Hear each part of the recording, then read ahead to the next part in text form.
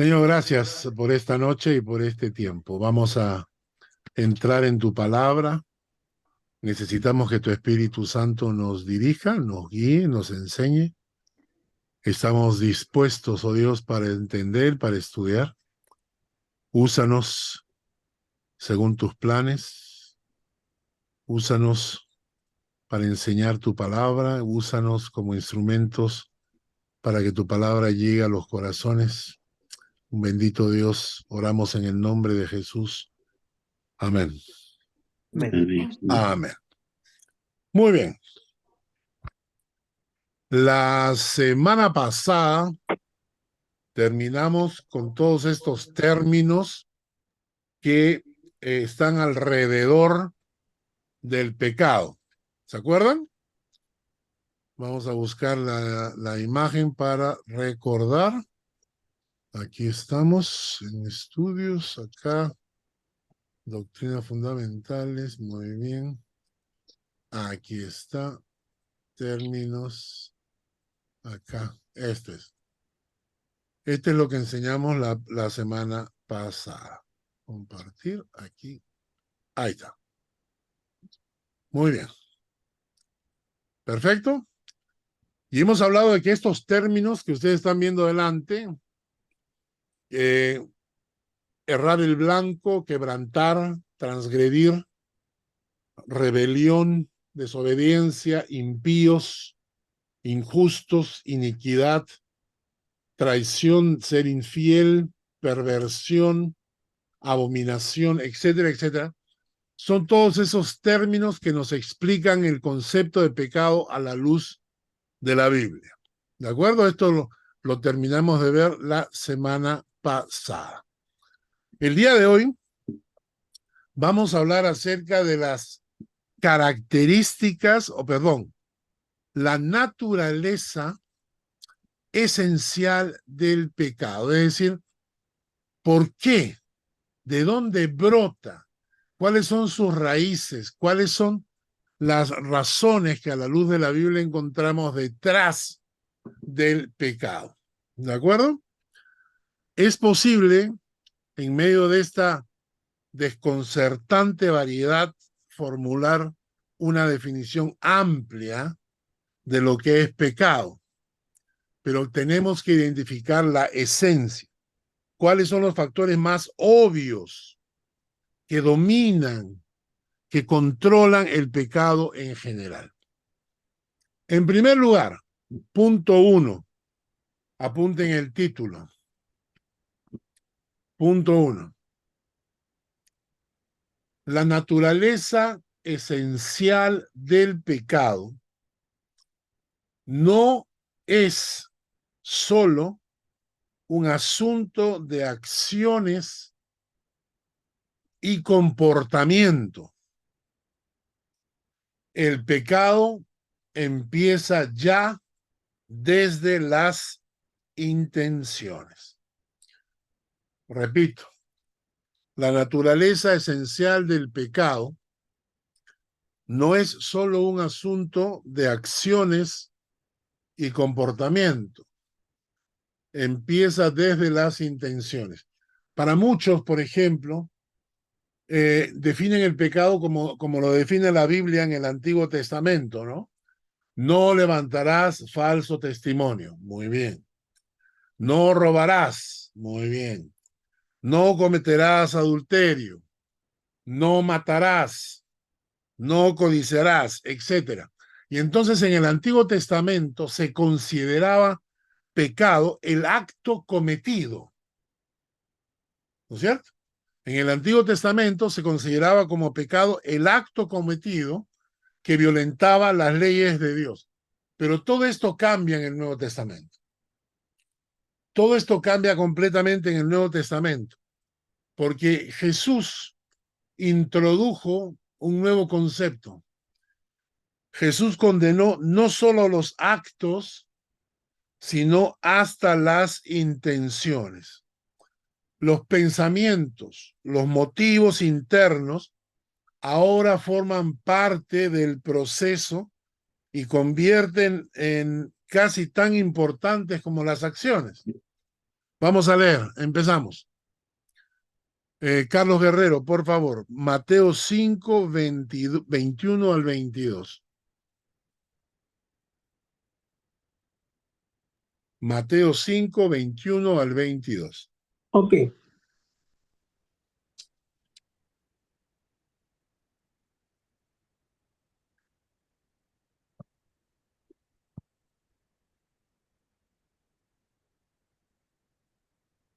Dice, oíste que fue dicho a los antiguos, no matarás, y cualquiera que matare será culpable de juicio. Pero yo os digo que cualquiera que se enoje contra su hermano será culpable de juicio, y cualquiera que diga necio a su hermano será culpable ante el concilio, y cualquiera que le diga fatuo quedará expuesto al infierno de fuego. Muy bien. Para mí me llamó la atención y me estuve riendo un rato, porque la palabra que aparece acá como necio, cualquiera que le diga necio a su hermano, esa palabra en el griego significa cabeza hueca. Cabeza hueca. Y el término fatuo significa tonto o idiota, ¿no? Ahora, ¿por qué Jesús usa frases tan duras? Hay que entender que los sacerdotes habían desarrollado un sistema para protegerse ellos mismos de sus odios, de sus rencores, de sus insultos, ¿no? Y ellos predicando y enseñando que el pecado era matar físicamente a una persona, que si no había muerte real, entonces tampoco había pecado. Entonces ellos se disculpaban a sí mismos diciendo que ellos no habían cometido ningún pecado porque no habían matado a nadie, pero sí habían insultado a sus hermanos, se habían enojado contra ellos, los habían llamado necios, los habían llamado fatuos, cabeza hueca, tontos, idiotas, y eso para los sacerdotes no era pecado, porque ellos no estaban cometiendo ninguna agresión a la ley. Y Jesús entonces quiere llamar la atención a sus discípulos, tratando de que entiendan que el pecado de matar no es solo un acto de asesinato, sino que el pecado empieza desde el corazón, ¿no? Entonces Jesús habla del enojo, cualquiera que se enoje contra su hermano, y lo habla como un pecado que merece juicio, ¿no? Para reflexionar en este momento, estoy seguro que algunos de ustedes está diciendo, ¿cómo va a ser esto posible, pues? O sea que si me enojo contra mi hermano ya soy reo de juicio. ¿Acaso no me puedo enojar? Y algunos de ustedes seguro que al final del estudio me van a pedir una explicación, quieren que yo les dé alguna explicación para que puedan enojarse. Eso es lo que hacían los sacerdotes. Los sacerdotes daban la disculpa, les explicaban que como no había muerte, entonces el enojo no importaba. Pero la Biblia dice que el enojo no es correcto. Y es interesante porque la Biblia menciona esto, que el enojo debemos quitar el enojo de nuestras vidas. Y ahora cada uno de ustedes está diciendo en este momento, pero ¿cómo va a ser posible? Yo me enojo, yo me enojo, yo me enojo. Sí, pero la palabra de Dios dice que debemos trabajar en nuestro corazón para que el enojo no tenga lugar. Naturalmente necesitamos un milagro del Espíritu Santo. Necesitamos que el Espíritu Santo obre en nosotros porque humanamente eso es imposible. Mario, por favor lee Efesios capítulo 4, versículos 31 al 32. Efesios 4, versículos 31 al 32. Un momentito.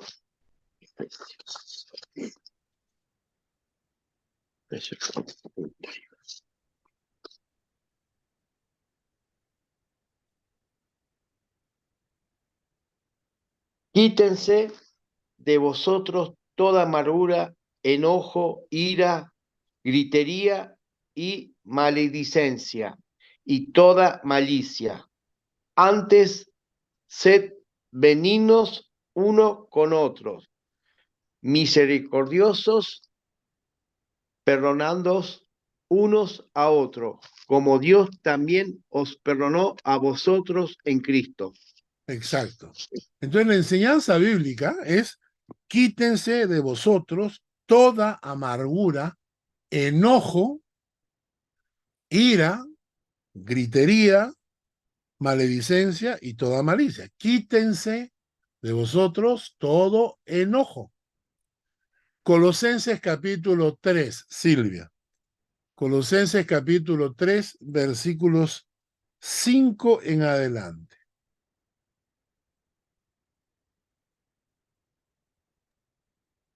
3:5, ¿no? En Del adelante. 5 hasta el 13. Ok. Haced morir pues lo terrenal en vosotros: fornicación, impureza, pasiones desordenadas, malos deseos y avaricias, que es idolatría, cosas por las cuales la ira de Dios viene sobre los hijos de desobediencia, en las cuales vosotros también anduvisteis en otro tiempo cuando vivías en ellas. Pero ahora dejad también vosotros todas esas cosas: ira, enojo, malicia, blasfemia, palabras deshonestas de vuestra boca. No mintáis los unos a los otros, habiéndoos despojado del viejo hombre con sus hechos, y revestidos del nuevo, el cual, conforme a la imagen del que lo creó, se va renovando hasta el conocimiento pleno, donde no hay griego ni judío, circunciso ni incircunciso, bárbaro ni escita, siervo ni libre, sino que Cristo es todo y en todos.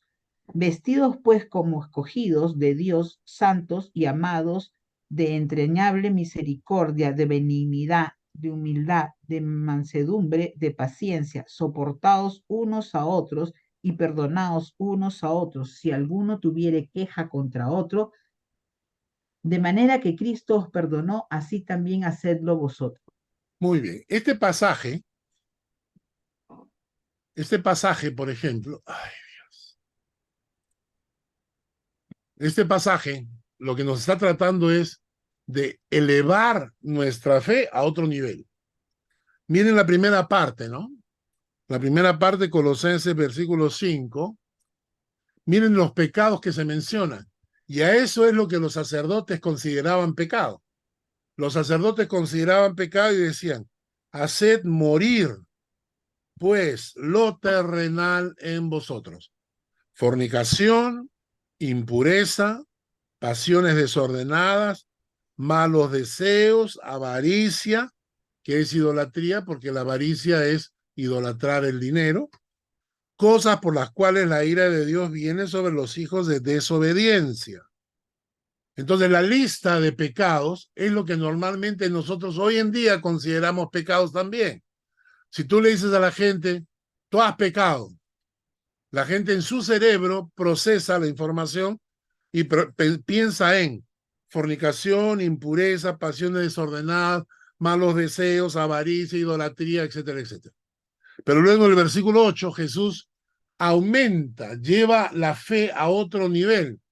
Pero ahora dejad también vosotros todas estas cosas: la ira, el enojo, la malicia, la blasfemia, las palabras deshonestas de vuestra boca.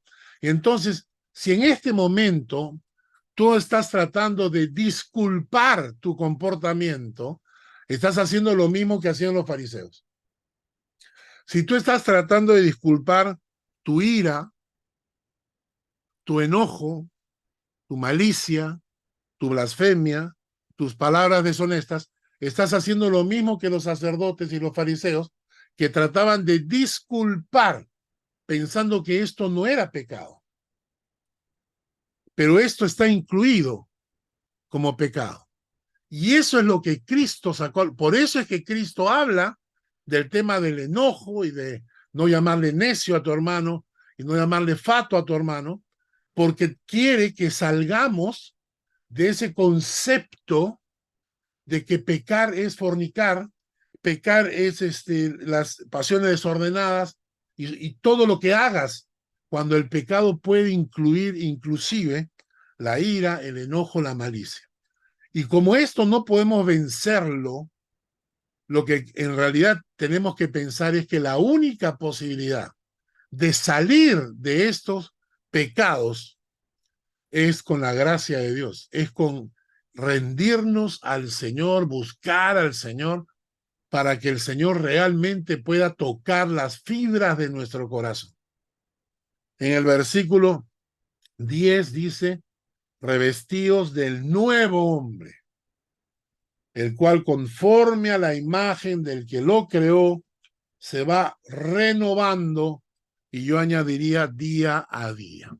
Se va renovando día a día. Pablo decía, cada día muero. Así que la próxima vez que te enojes, debes entender que estás pecando también. Que el pecado empieza ya desde el corazón. Que no tienes que tirarle una cachetada al taxista para haber pecado. En el momento en que te estás enojando, quiere decir que tu carne está aflorando y que no estás actuando conforme al Espíritu. Por eso el pasaje de Cristo.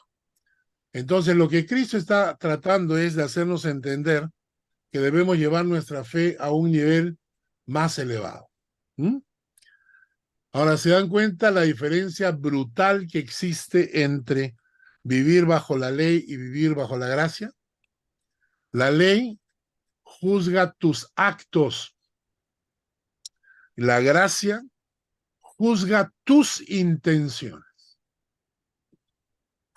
Y entonces el pasaje siguiente, antes de salir de este pasaje, ¿cuál es el consejo bíblico? Efesios capítulo 4, versículos 26 al 27. Hugo, por favor. Efesios capítulo 4, versículos 26 al 27.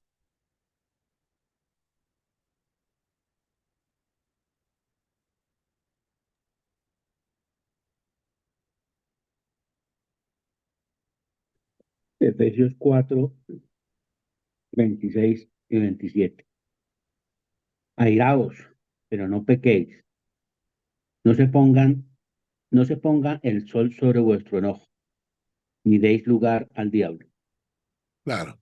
O sea, uno puede tener un momento de airarse por alguna razón, especialmente en casa, pero dice airaos, pero no pequéis. ¿Cómo? No dejes que el sol se ponga sobre vuestro enojo. No te vayas a dormir enojado. Resuelve tus problemas antes de dormir para que puedas dormir en paz, porque de esa manera no le estás dando lugar al diablo, ¿no? Y en segundo lugar, Mónica, por favor, Efesios capítulo 4, versículos 1 al 2.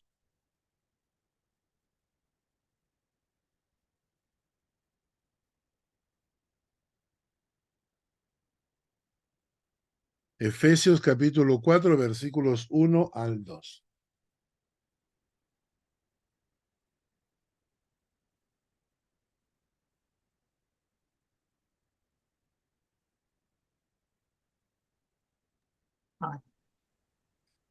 Yo pues, preso en el Señor, os ruego que andéis como es digno de la vocación como con que fuisteis llamados, con toda humildad y mansedumbre, soportándoos con paciencia los unos a los otros, en amor.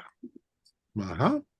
Entonces, si tú te das cuenta que te irritas fácilmente, si tú te das cuenta que te enojas fácilmente, en primer lugar, no dejes que eso se mantenga, no dejes que que el sol se ponga sobre tu enojo. Pero en segundo lugar, dice, yo pues preso en el Señor, os ruego que andéis como es digno de la vocación con que fuisteis llamados, con toda humildad y paciencia, soportándoos con paciencia los unos a los otros en amor. Y ahí tenemos que ir al Señor, porque esto es algo que solo el Señor puede poner en el corazón. ¿De acuerdo? Otro pasaje que Jesús utiliza para explicar esto, que el pecado no es solamente un acto, sino también la intención, está en Mateo 5, 27 al 28. Chiqui, por favor, léelo. Mateo 5, 27 al 28. 27 al 28. Oísteis que fue dicho, no cometerás adulterio, pero yo os digo que cualquiera que mira a una mujer para codiciarla, ya adulteró con ella en su corazón. Correcto. Jesús menciona esto de la codicia, querer, desear, ¿no? Dice ahora, en la versión en lenguaje actual, dice, les aseguro que si un hombre mira a otra mujer con el deseo de tener relaciones sexuales con ella, ya fue infiel en su corazón. El texto de Mateo es claro, porque no ha habido fornicación. No ha habido fornicación porque no han tenido relaciones sexuales, pero sí ha habido adulterio. Es decir, puede haber adulterio sin haber fornicación, porque el pecado ya se engendró en el alma. ¿No es cierto? Y el tercer ejemplo que Jesús hace para demostrarnos esto es el pasaje de Mateo capítulo 6, versículos 1 al 6. Mi vida, por favor, léelo. Mateo 6, del 1 al 6. Ya. Guardaos de hacer vuestra justicia delante de los hombres para ser vistos de ellos. De otra manera no tendréis recompensa de vuestro Padre que está en los cielos. Cuando pues des limosna, no hagas tocar trompeta delante de ti, como hacen los hipócritas en las sinagogas y en las calles, para ser alabados por los hombres.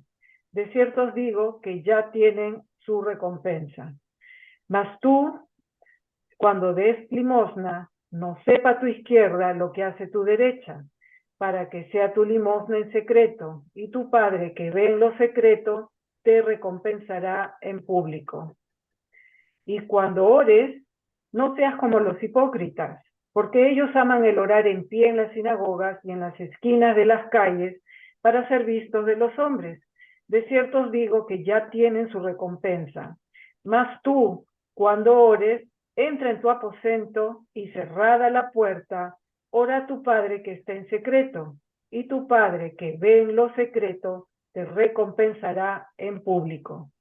¿Se dan cuenta que en todos estos pasajes Jesucristo hace énfasis en el corazón a la hora de hacer las cosas, que las cosas se pueden hacer y pierden valor si las intenciones son equivocadas? Si las intenciones son recibir aprobación, recibir aceptación de parte de los demás, en el momento en que tú lo haces para que te vean, en el momento que tú lo haces y recibes la aprobación de los demás, Jesús dice, perfecto, está bien, ya recibiste tu premio. Ya recibiste tu premio. Pero no vas a recibir otro premio más. ¿Por qué? Porque tus intenciones están destruyendo tus actos, ¿no? Muy bien. Entonces, en primer lugar, la esencia del pecado. La esencia del pecado tiene que ver con que no solamente son los actos, sino también las intenciones se juzgan. Punto 2. Apunten el título. Punto 2. La naturaleza esencial del pecado está encadenado a lo sensorial. La naturaleza esencial del pecado está encadenado a lo sensorial. Nuestros sentidos creen con más facilidad que el corazón. Lo que yo puedo tocar, ver, oír, palpar, todo eso es más fácil de creer que utilizar el corazón. La idolatría, por ejemplo, se basa en una fe sensorial, que quiere ver y tocar una imagen que le ayude a creer. Por eso es cuando ustedes entran a una iglesia católica donde hay estas imágenes colocadas, van a encontrar que el pie, la mano, cualquier parte del cuerpo más cercana está desgastada por los cientos de personas que tocan la imagen. Entonces, el pecado siempre está vinculado a la parte sensorial, ¿no es cierto? Y esto fue lo que pasó con el pueblo hebreo. ¿Recuerdan? Cuando Moisés estaba en la montaña, se quedó los 40 días, el pueblo desconfió y de repente Dios le dice a Moisés, desciende porque tu pueblo que sacaste de la tierra de Egipto se ha corrompido. Pronto se han apartado del camino que yo les mandé y se han hecho un becerro de fundición y lo han adorado y le han ofrecido sacrificios y han dicho, Israel, estos son tus dioses que te sacaron de la tierra de Egipto. El pecado, y quiero que me entiendan bien esto, el pecado se amarra a lo sensorial y te hace creer mentiras. O sea, cuando tú tienes una fe basada en los sentimientos, en lo que sientes, esa fe es voluble, es superficial, es barata, es fácilmente manipulable. Dice la Biblia que no debemos creer en nuestros sentimientos, debemos creer en la palabra de Dios. Nena, lee por favor Lucas 4:4.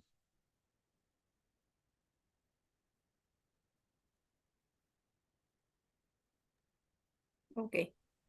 Jesús respondiendo le dijo, escrito está, no solo de pan vivirá el hombre, sino de toda palabra de Dios. Exacto, de toda palabra de Dios. No solo de pan vivirá el hombre, sino de toda palabra de Dios. Ojalá lo entendamos para ver la importancia de estudiar la palabra. ¿No es cierto? No solo de pan vivirá el hombre. Lucas 11, 27 al 28. Shari, por favor. Lucas 11, 27 al 28.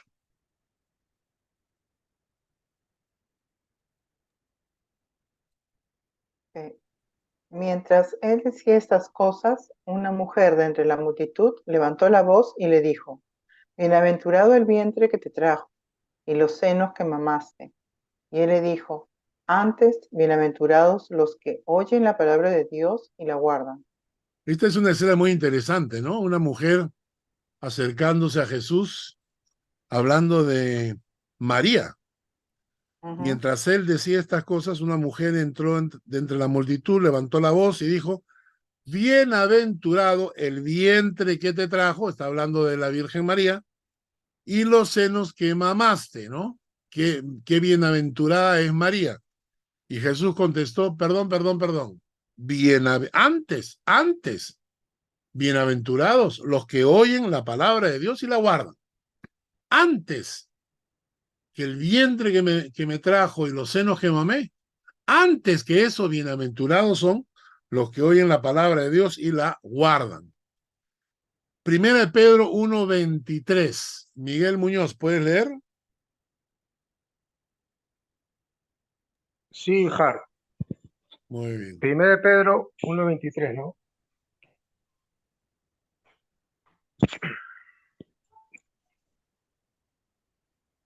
Siendo renacidos no de simiente corruptible,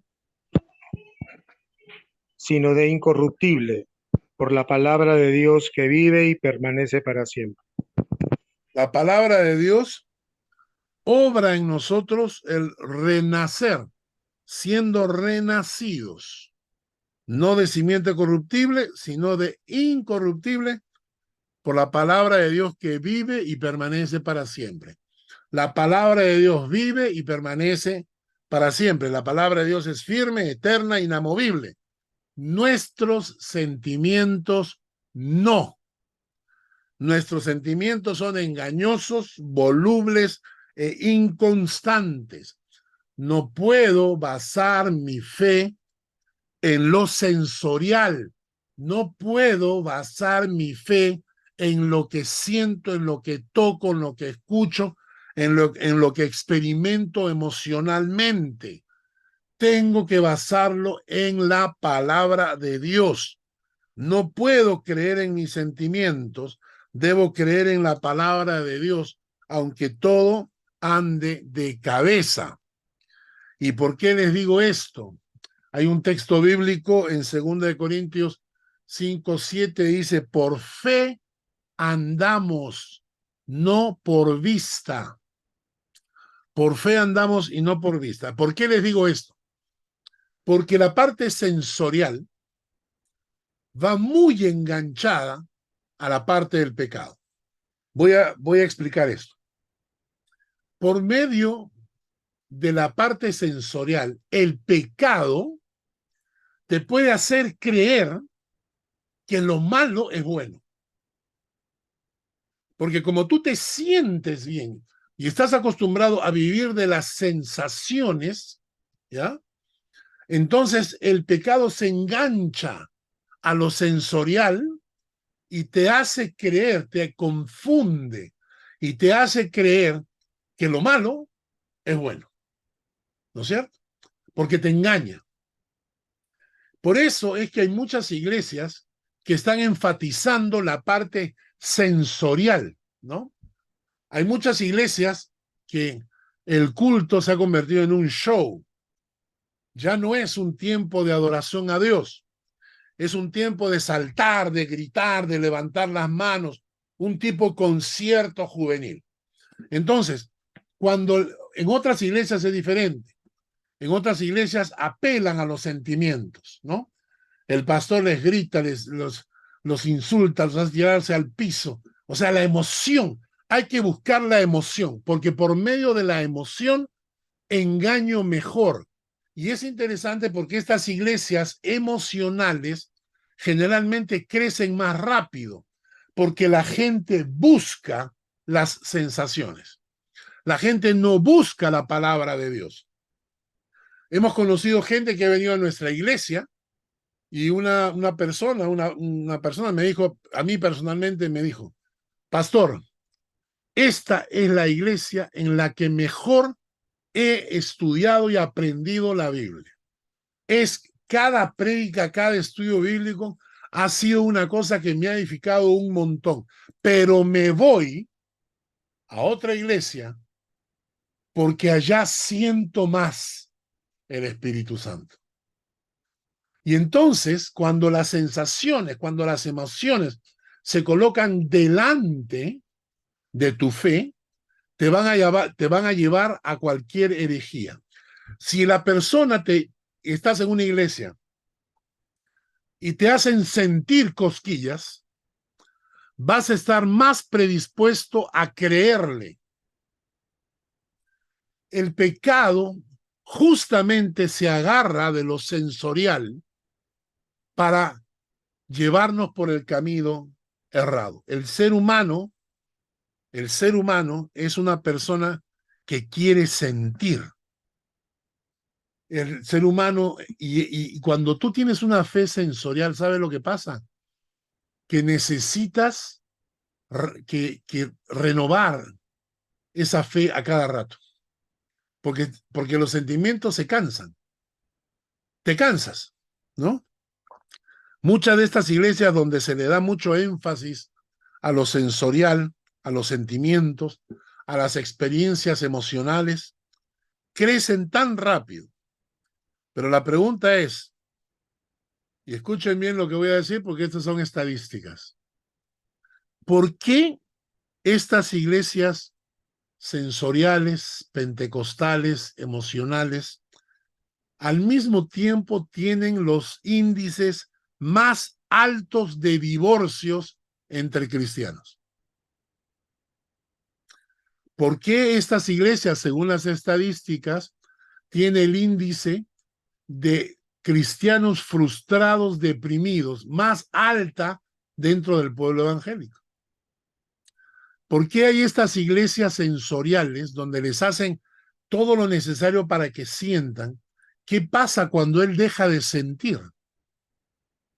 Se le acabó la fe y necesita ir a otro concierto, necesita ir a una campaña de fuego y de unción del Espíritu para volver a sentir, porque su fe no se basa en la palabra de Dios, se basa en los sentimientos. Podemos afirmar que mucho de la esencia del pecado está vinculada a los aspectos sensoriales de nuestra carne. Y por eso Pablo nos exhorta a tener cuidado con nuestra carne. Debemos recordar que los sentidos están muy vinculados a muchos de los pecados conocidos. Por ejemplo, vamos a pedir, Hugo Janet me hacía una pregunta. Dime, Huito. Sí, pastor. Lo que pasa es que hace unos años, un pastor de otra iglesia me hablaba sobre este tema de la parte sensorial, no como me lo está explicando, no lo está explicando usted, sino nos decía que era muy importante saber escoger las canciones de las alabanzas y que fuesen, que elevaran ese sentimiento para poder entrar y recibir la prédica. ¿Sí? Ya. Entonces había que escogerlas muy bien dependiendo las fechas que estábamos, si la gente se veía muy deprimida o qué. Entonces era para tocar ese sentimiento y de esa forma yo lo vi de esta parte, tratar de manipular a las personas. ¿Me Correcto. estoy equivocando? No, estás en lo cierto. Están tratando de manipular los sentimientos de la gente. Les voy a explicar lo que hizo Benny Hinn, se llama, ¿no? Benny Hinn, este predicador americano, cuando vino a Suiza hace unos 15 años atrás. Vino a una campaña en Basel, ¿ya? Y uno de los pastores que estaban ahí me contó su historia. Y él estaba a cargo de la parte técnica. Y los que venían con Benny Hinn le explicaron al pastor que en el momento en que él mencionara el Espíritu Santo, tenían que aumentar la intensidad del aire acondicionado para que sientan el viento. Y todo eso es manipulación. Cuando tú quieres manipular a la gente, los políticos son expertos en manipular gente. Y si nosotros caemos en el error de manipular a la gente, no estamos dejando que sea verdaderamente el Espíritu Santo el que obre. El Espíritu Santo es el que tiene que obrar para que haya realmente transformación en los corazones. Por eso lo que dices tú, Hugo, es muy cierto. Y hay muchas iglesias donde se produce. Por ejemplo, en algunas iglesias se hace una campaña evangelística y entonces al final se invita para aquellos que quieren conocer a Cristo. Y ya se prepara una música especial, una música muy emotiva que te haga reflexionar, ¿me entiendes? O sea, utilizar la música como una forma de manipulación. Y lamentablemente esto se ha metido mucho en la iglesia. En el mundo, en el mundo lo vemos nosotros en el pecado. Vamos a leer Gálatas, capítulo 5, versículo 19 al 21. Walter, ¿puedes leerlo? Gálatas, capítulo 5, versículo 19 al 21. Gálatas 5, 19 al 21. 19, 21. Bueno. Y manifiestas son las obras de la carne, que son adulterio, fornicación, inmundicia, lascivia, idolatría, hechicerías, enemistades, pleitos, celos, iras, contiendas, disensiones, herejías, envidias, homicidios, borracheras, orgías y cosas semejantes a estas, acerca de las cuales os amonesto, como ya os lo he dicho antes, que los que practican tales cosas no heredarán el reino de Dios. Gracias. Correcto. Entonces, si se dan cuenta, hay toda una lista de pecados ahí que están completamente vinculados a los sentidos. O sea, lo sensorial y el pecado de la mano. Adulterio, fornicación, inmundicia, lascivia, idolatría, por ejemplo, ¿no? En borracheras, orgías, etc. Entonces, punto uno, hay que tener mucho cuidado con esto. Ahora, para aclarar, ¿quiere decir esto que no hay sentimientos en la iglesia? Claro que no. Claro que no. Por ejemplo, a veces hemos tenido en la iglesia una alabanza que Dios guía, nadie ha manipulado nada, pero viene la alabanza y la iglesia siente la presencia de Dios y muchas veces te toca el corazón y te quebranta. Y la misma palabra de Dios te quebranta y a veces se te caen algunas lágrimas cuando la palabra de Dios te toca. Lo que queremos decir es esto. No podemos usar la parte sensorial para manipular la fe de la gente. Pero una fe sincera, una fe recta, derecha con el Señor, trae como consecuencia muchas veces sentimientos. Muchas veces cuando estás orando a solas, esa fe que tienes en la palabra te lleva a quebrantarte, te lleva a llorar, te lleva a buscar al Señor de una manera mucho más intensa. Eso está bien. Los sentimientos tienen que estar detrás. La fe tiene que estar puesta en la palabra de Dios. ¿Por qué? Porque cuando tus sentimientos te jueguen la mala pasada, la palabra de Dios permanece y tú sigues creyendo en la palabra. Cuando tus sentimientos dudan, cuando tus sentimientos no sienten la presencia de Dios, es tu fe la que sigue fortaleciéndose basada en la palabra de Dios. El pecado es sensorial. La fe se basa en la palabra. Vamos a avanzar porque se nos acaba el tiempo. Punto 3. Hemos visto que la naturaleza del pecado no es solamente actos, sino también intenciones. La naturaleza esencial del pecado no es algo sensorial, perdón, es algo sensorial. La fe es algo basado en la palabra. El pecado implica todos estos sentimientos que pueden ser manipulados.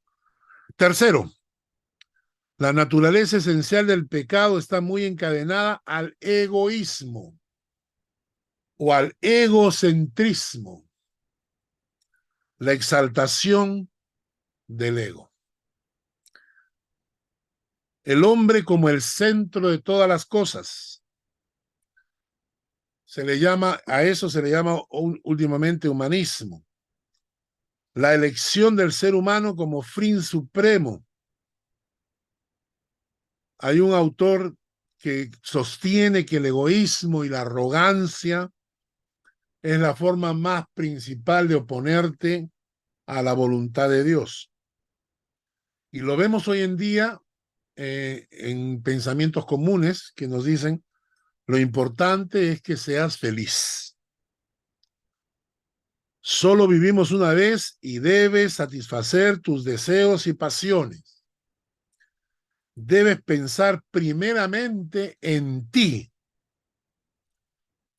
Todo lo demás es secundario. Todos esos pensamientos son absolutamente egoístas, egocéntricos, donde uno considera que es el centro del universo, ¿no? En realidad tú eres tu propio Dios. Y esto fue lo que el diablo quiso hacer. El diablo quería sentirse Dios, no quería someterse a Dios, sino que él quería ser el centro del universo. En Isaías 14, versículos 12 al 13, Isaías 14, versículos 12 al 15, nos cuenta la historia de Satanás, ¿no? Hugo, por favor, léelo. Isaías 14, versículos 12 al 15.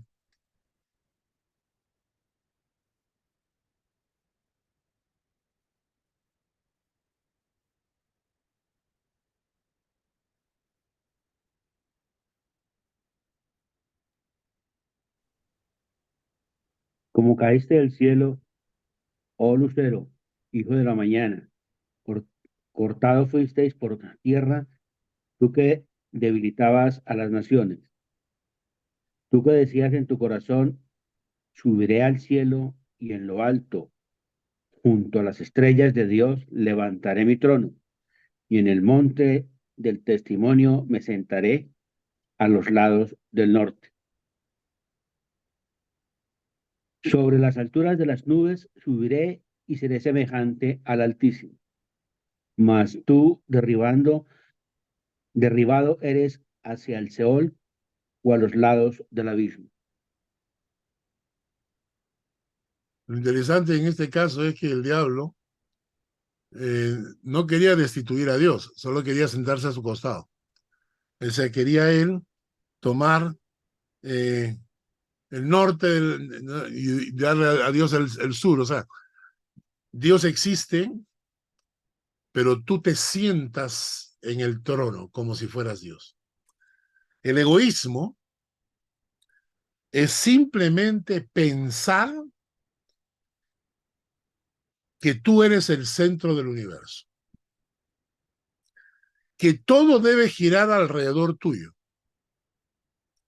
que todos deben servirte, que todos deben cumplir tus deseos, que todo debe ser en beneficio tuyo, y consideras que todo eso es tu derecho y que el resto solo tiene deberes para contigo. Y esto lo vemos nosotros tan relacionado con el pecado, que buscas, por medio del pecado, satisfacerte nomás a ti, ¿no es cierto? O sea, por medio del pecado lo que buscas es conseguir todo lo que tú quieras. A Dios lo dejas de lado, a Dios lo quitas del trono de tu vida y te sientas tú. Y esto, la palabra egoísmo, en la Biblia aparece como amadores de sí mismos. Amadores de sí mismos. Segunda Timoteo capítulo 3, versículo 1. Segunda Timoteo capítulo 3, versículo 1 al 5. Voy a pedir a Mario que lo lea, por favor.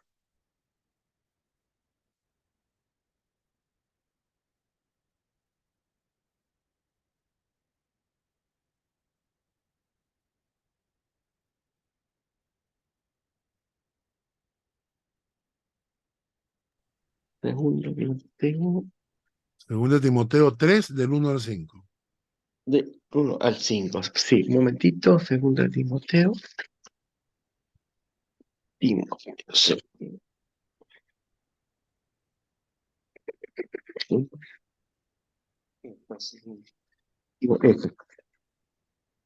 3.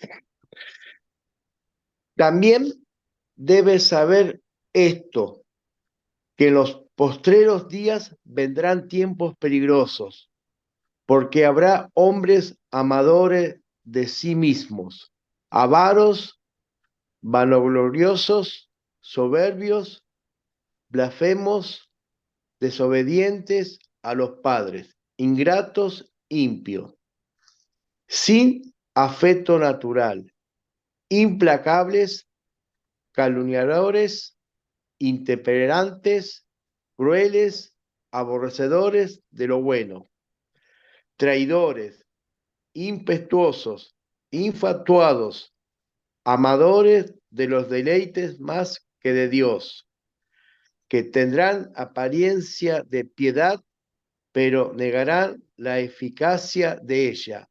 A esto evita. Tomen nota interesante de que está hablando de gente cristiana o que aparenta ser cristiana. ¿Por qué aparenta ser cristiana? Porque tendrán apariencia de piedad. O sea, no está hablando de gente del mundo. No está hablando de gente del mundo. Está hablando de gente que tiene apariencia de piedad, pero niega la eficacia de ella. Es decir, la piedad, el poder de Dios no tiene eficacia en su vida. Son personas que tienen apariencia de piedad, pero la palabra de Dios no tiene el poder para obrar en su corazón. Ahora el versículo 2 nos dice, porque habrá hombres amadores de sí mismos. En el griego es egocéntricos, o sea, ególatras, amadores de sí mismos. Y la pregunta es, ¿acaso no debemos amarnos a nosotros mismos? ¿No es eso lo que nos dice en el mundo? Tienes que amarte a ti mismo. En la mayoría de casos, esto es absolutamente natural. O sea, en la mayoría de casos, el amarse a uno mismo no es algo extraño. No tenemos que hacer ningún esfuerzo, ¿no es cierto? Aunque existe un pequeño grupo de personas que tienen una autoestima muy baja, a quienes hay que ayudar, naturalmente, cuando tienen una autoestima enferma, deficiente, hay que ayudarles a superar, pero en la mayoría de personas no. En la mayoría de personas tienen una autoestima equilibrada y eso está correcto, ¿no es cierto? Eso está correcto. Tener una autoestima equilibrada es correcto. Pero la profecía lo que nos está diciendo es que en los últimos tiempos la sociedad exaltará el amor a uno mismo, la egolatría, a un nivel de maldad y egoísmo absoluto. Y eso es lo que estamos viendo ahora. A la gente le importa poco o nada los demás. Yo encuentro, por ejemplo, personas que dicen, prefiero convivir con mi novia y no comprometerme para poder romper la relación sin tener que estar gastando en abogados de divorcio. Ah, qué bueno. Entonces, me voy a vivir con ella, disfruto de la vida conyugal como si estuviéramos casados, pero en el momento en que ya esté media vieja, en el momento que ya esté usada, gastada, aparezca una nueva, simplemente agarro mis cosas y me voy, ya está. Egoísmo absoluto. La convivencia hoy en día de los jóvenes es un egoísmo absoluto. Cuando los jóvenes agarran y te dicen, yo no quiero tener hijos, primero quiero disfrutar la vida, quiero viajar, quiero estudiar, quiero ser profesional, quiero ganarme todo. Y cuando ya llego a los 40 tendré uno por si acaso. No saben que están destruyendo la sociedad. La sociedad no se puede sostener con ese pensamiento y el pensamiento egoísta pasa factura, es egoísmo absoluto. Cuando una persona en la calle está siendo asaltada y entonces, me pasó en Estados Unidos, estaban asaltando a un anciano en silla de ruedas y el hombre sacó su teléfono para filmar porque pensó que podía vender ese video a un canal de televisión y no ayudó al anciano. Egoísmo absoluto.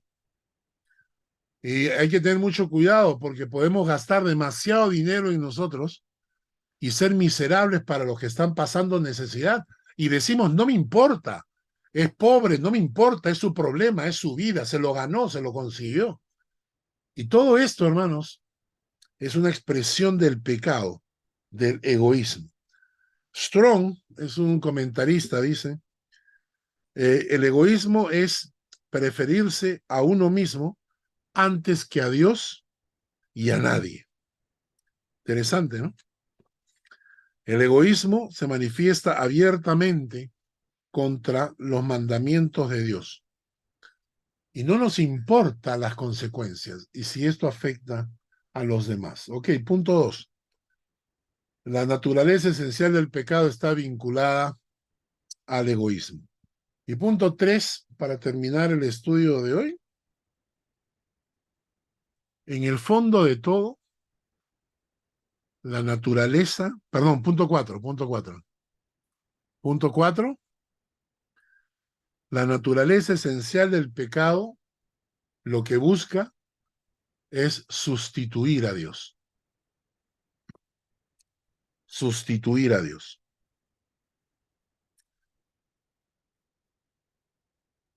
Todos entendemos que Dios es amor, pero también es santo. Y esa santidad nos molesta, nos incomoda. Y por ello preferimos darle la espalda a Dios y sustituirlo con un Dios a gusto del cliente. ¿No? Un Dios al gusto del cliente. En Romanos se nos habla permanentemente de cómo el hombre decidió sustituir a Dios. En el versículo 21, Romanos 1:21, Romanos 1:21, dice la Biblia, pues habiendo conocido a Dios, no le glorificaron como a Dios, ni le dieron gracias, sino que se envanecieron en sus razonamientos y su necio corazón fue entenebrecido. Profesando ser sabios, se hicieron necios. ¿Y qué hicieron? Cambiaron la gloria de Dios. La gloria del Dios incorruptible la cambiaron por imagen de hombre corruptible, de aves, de cuadrúpedos, de reptiles. Es decir, la cambiaron por idolatría barata. Por lo cual también Dios los entregó a la inmundicia. Versículo 25, ya que cambiaron la verdad de Dios por la mentira, honrando y dando culto a las criaturas antes que al Creador. Tomen nota de lo siguiente. Honran las mentiras de los hombres.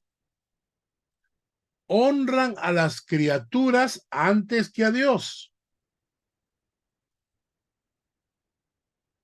¿Cuántos defienden la nueva corriente depravada de la sociedad en lugar de defender los principios divinos? ¿Cuántos cobardes hay entre los pastores que ya no se atreven a hablar la verdad de Dios porque tienen miedo a la sanción de la sociedad? Honran las mentiras de los hombres. Honran a las criaturas antes que al Creador. Creen que las mentiras de los hombres están por encima de la palabra de Dios.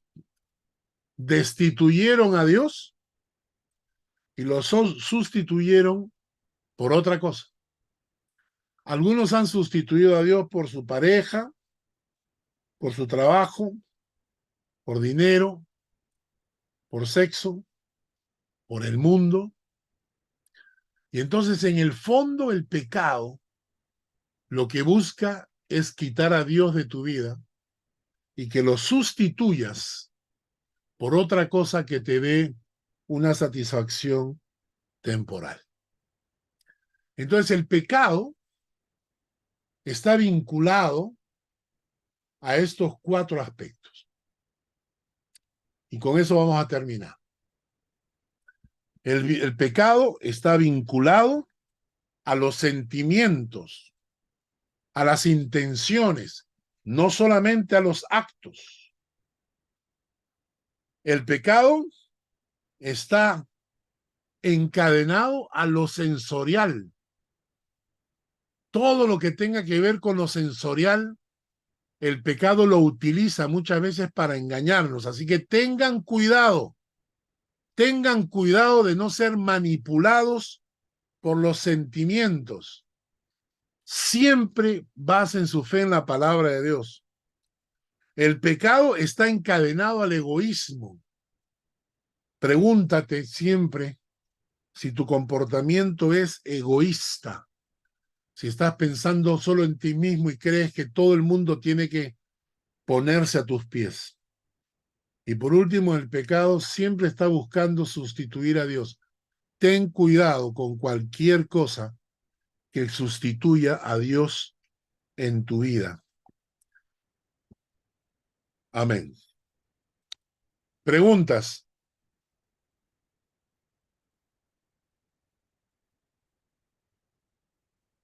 ¿Alguien tiene alguna pregunta?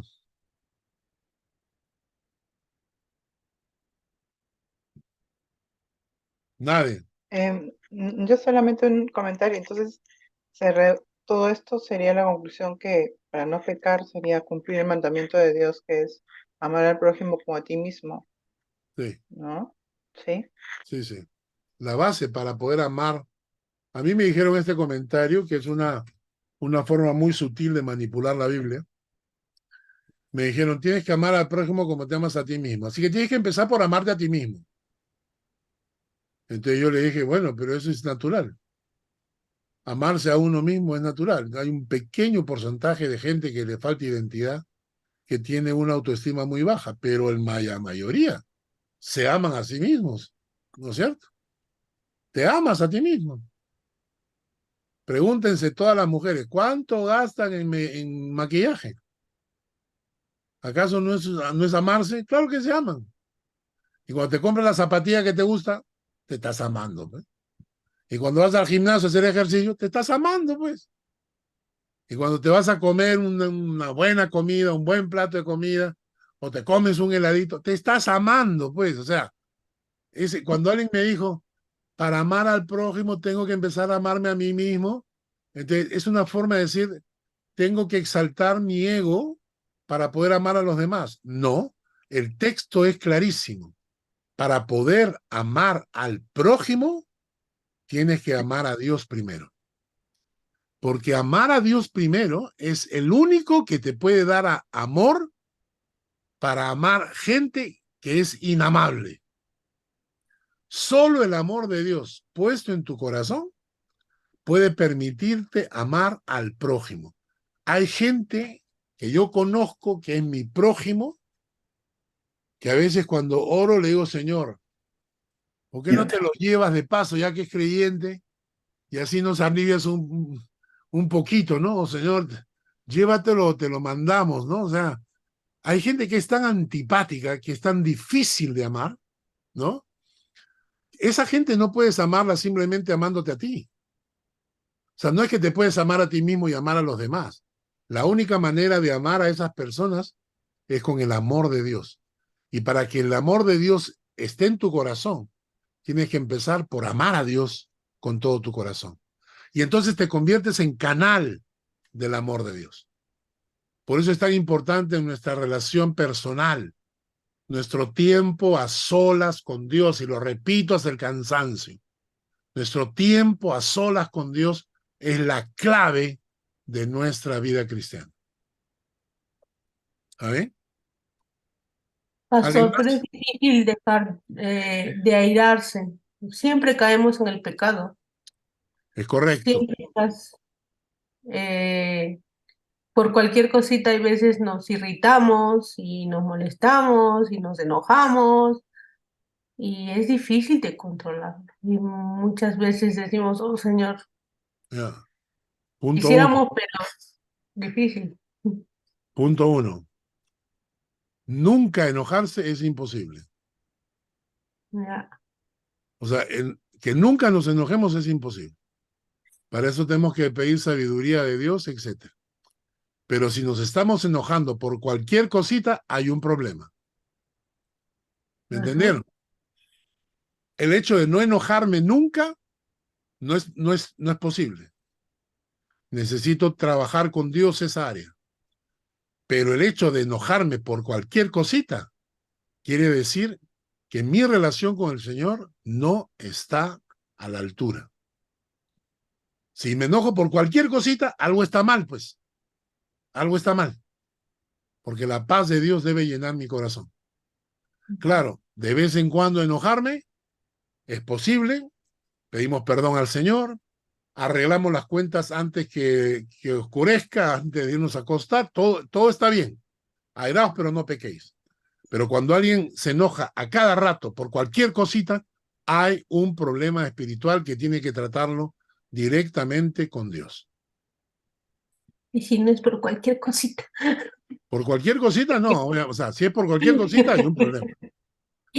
Pero tampoco tiene que ser a cada rato, o sea, porque hay un problema ahí. No estamos soltando el pecado, no estamos entregando a Dios las cargas. O sea, hay un montón de factores que hay que analizar, ¿no? Pero me entienden, ¿no? O sea, Sí, de vez en sí. cuando es posible, pero a cada rato quiere decir que la cosa no está bien con el Señor.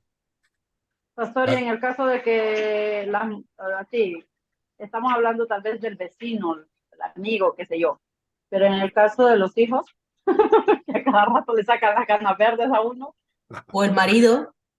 O el marido, empiezan a salir los trapitos al aire.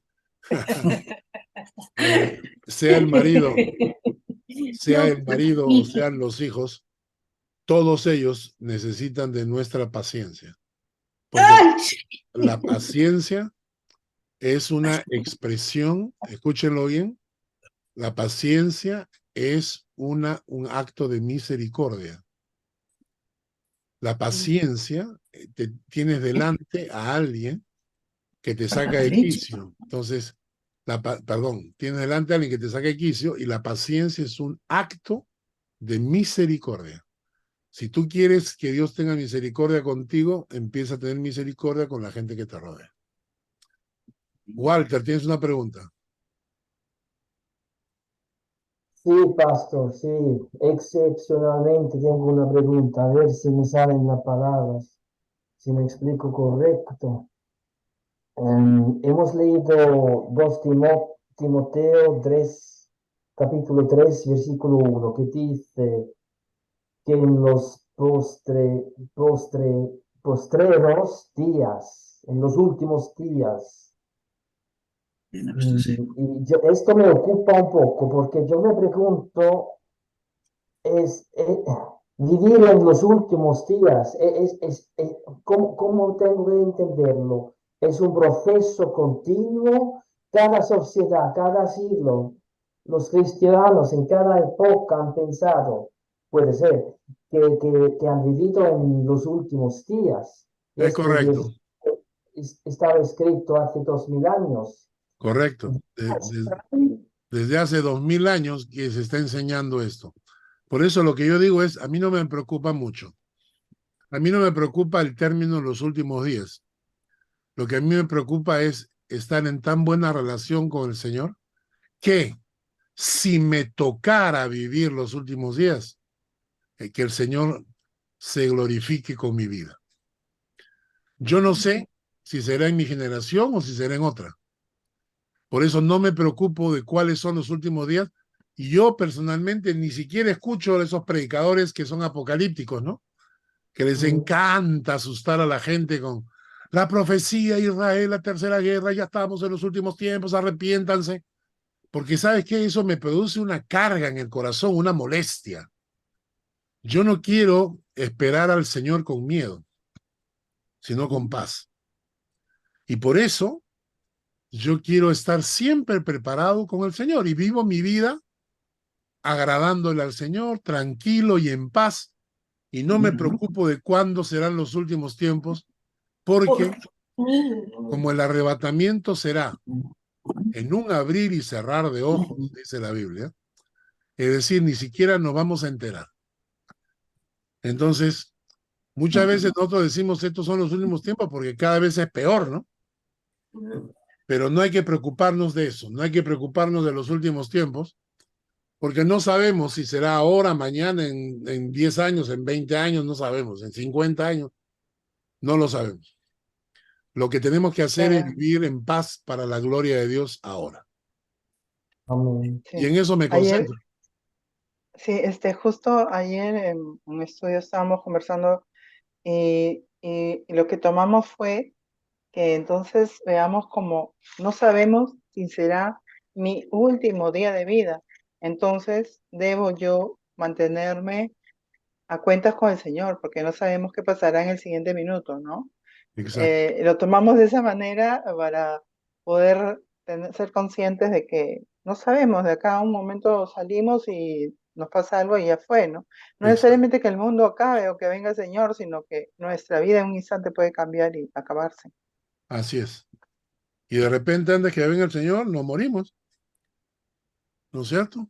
Nos viene un infarto, nos quedamos ahí y ya está. O sea que yo a veces me mandan estos videos, ¿no? De los pastores apocalípticos. Y yo ya sé, cuando escucho las primeras palabritas, digo, esto otra vez. Inmediatamente dejo de escucharlo y no pierdo tiempo. Así que tranquilos, no se trata de los últimos tiempos, se trata de vivir en paz para el Señor, que cuando el Señor venga, en un abrir y cerrar de ojos nos llevará. ¿Ah? Muchas gracias. Muy buena respuesta. Ok. Bueno, pues, ¿alguna explicación más? Entonces, oramos para despedirnos. Señor, gracias por este estudio. Abre nuestros ojos, Señor, para entender que de repente no estamos pecando con actos, pero estamos pecando con intenciones. Para no dejarnos manipular emocionalmente, porque por ahí el pecado se puede meter en nuestra vida. Aprender a vivir por fe en tu palabra, en lo que ella dice, en las promesas que en ella están escritas. A tener cuidado, Padre, de no dejarnos embaucar por el egoísmo natural que tenemos en el corazón, sino renunciar a eso para servirte a ti.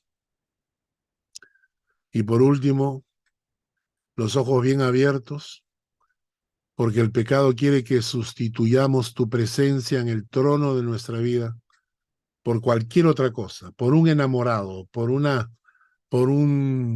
persona X, por un trabajo que nos dé más dinero, por el mundo, lo que fuese. El pecado quiere sustituirte y no queremos queremos que tú seas siempre el Señor de nuestra vida. Gracias, Señor, te doy en el nombre de Jesús. Amén.